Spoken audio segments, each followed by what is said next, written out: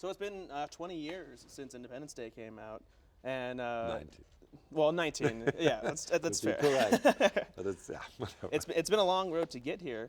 How is it that we come back to Earth 20 years after the War of '96? You know, how do we still see the devastation? You know, what's the Well, what's the it's state like of the planet? it's a different world. You know, it's like kind of when I talked to my dad, he was from the post World War II generation. They were deeply, you know, like kind of. Formed by this experience of a worldwide war, you know, and in a way, this is the same thing, you know. There's like kind of, I think like 2-3 billion people died, so everybody lost someone, and that's a different world, you know. And it's also a world which knew that they were coming back because they found like evidence. So it's this world which finally had to really unite, but this in a very organized way. So now we have the greatest nation or the biggest nation of the world work together in a defense program. Yeah. Yeah, and that is a very quite different world and a kind of interesting world.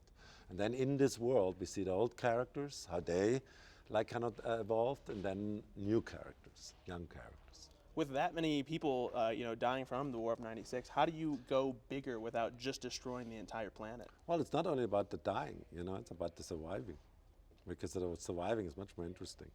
Well, I also never show really how people die. It's like just like in your heads that Right. you know they die, and which is like kind of something I'm totally insisting on, because I did some more like R-rated film. I did The Patriot, which was very brutal and gruesome, but that was for a war. That was a war which really happened and was like historic. So I couldn't kind of. But in my films, even in 2012, actually the whole world dies, but you don't really feel it. You understand it intellectually. It's more about how this certain people survive and why. That's like I'm interested in. So it's about human survival. What can we expect from the aliens this time in order to try and crush the human spirit? Well, they're like kind of nastier than in the first one. This time they're CG. So the CGI, when Yeah. we had like the first one, it was like kind of wiggling shit, and you know, and we had like little puppets.